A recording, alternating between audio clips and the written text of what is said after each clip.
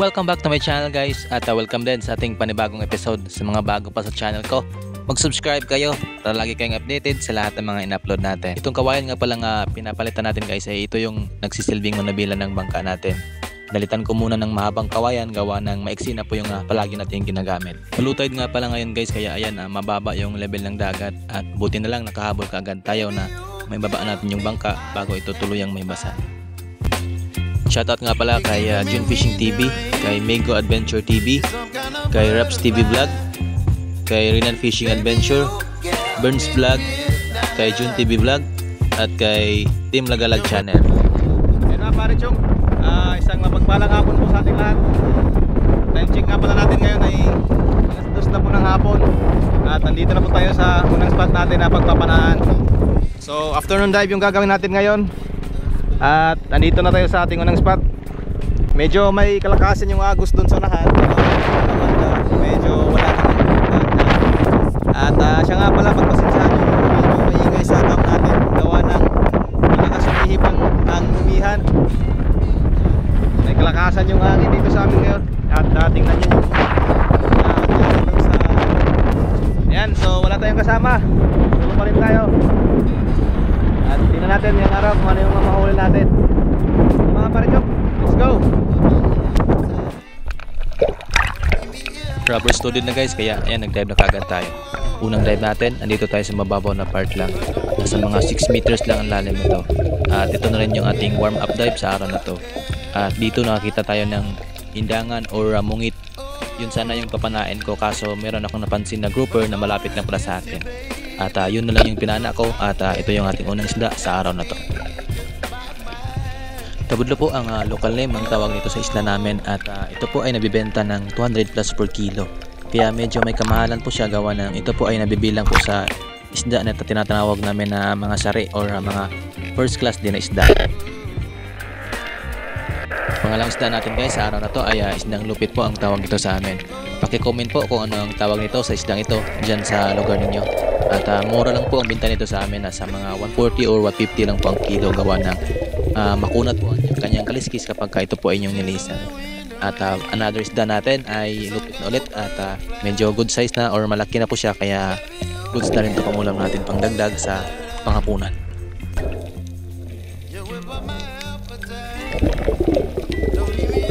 Another pagsisid guys, so dito ay nag-ambush tayo. Medyo malalim na part ito, nasa mga 9 meters na po ang lalim. At nakakita tayo ng grupo ng mga parrot fish or mga mulmul at mga danggit din. Hindi muna tayo pumana nun gawa ng medyo mataas pa naman yung hangin natin.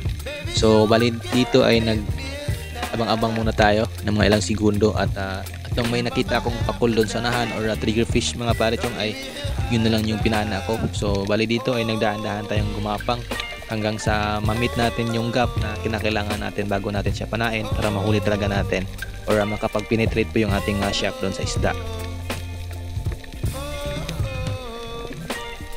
Medyo malabo yung visibility guys kaya ayan hindi masyadong aninag sa camera yung isdang pakol or trigger fish na pinana natin. At sabayan pa ito ng long range shot kaya talagang medyo kahirapan na makita sa camera pero nahuli din naman natin.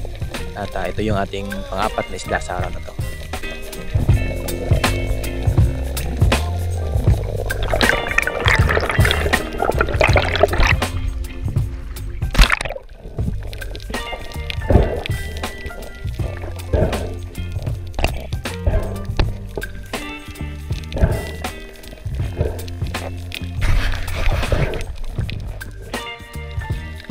Dali-dali ko kagad itong sinisid at pinana mga parechong ang isdang buntog na tumago dito sa lumot na to.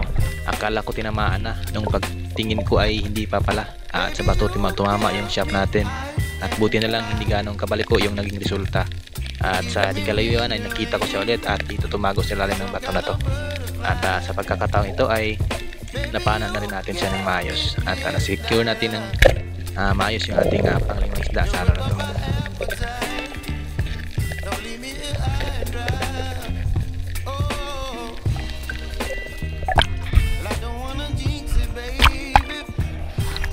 Nakaraming sisid na rin tayo dito sa malalim na part guys at wala tayong nakitang mga pelagic ngayon kaya ito na lang isdang tabudlo yung pinana ko dahil good size din naman to at pwede na itong pangdagdag sa ulam.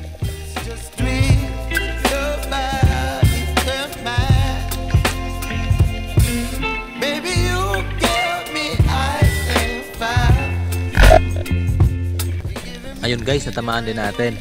At ito na yung ating panghuling isda sa araw na to. Bali pagkatapos nating masecure itong isda natin, tayo po ay umangat na. At nagtungo na kaagad pabalik na sa isla, gawa ng padilim na po si lalim. At yung mga nahuli natin ay nadagdagan nga pala kanina. Bali hindi natin nabidyohan, gawa ng late na tayo nakapag-open ng cam. So ayun mga pare chong, masyadong hapon na po. Ito lang yung mga nahuli natin sa araw na to.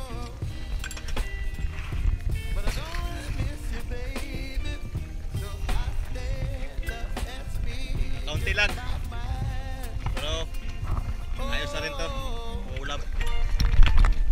Hindi tayo nakakita ng mga isda na malalaki, kaya yan na yung pinagpana natin. Maraming mabuhay tayo pang ulam. Kakaunti lang yung huli natin, pero ayos na rin to. A few moments later. So ayun lang yung mga nahuli natin mga pare chong, at nandito na nga pala tayo sa isla namin. At hanggang dito na lang muna yung video natin, at kita-kits na lang po sa next na mga upload natin. At sa mga bago po sa channel ko, huwag niyo pong kalimutang mag-like, mag-share at mag-subscribe po sa ating YouTube channel. And also pakiclick na rin po ng ating notification bell para lagi po kayong updated sa lahat ng mga in-upload natin. Maraming salamat guys, at kita-kits na lang po sa ating next na episode.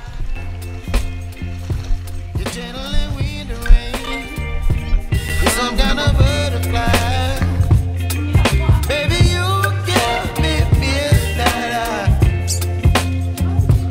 You whip up my appetite. Don't leave me here high and dry.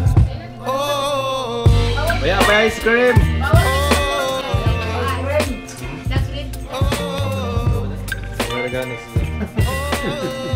Mas ba dyan? Pag may gamay na ba? Kamera lagi. Kamera na.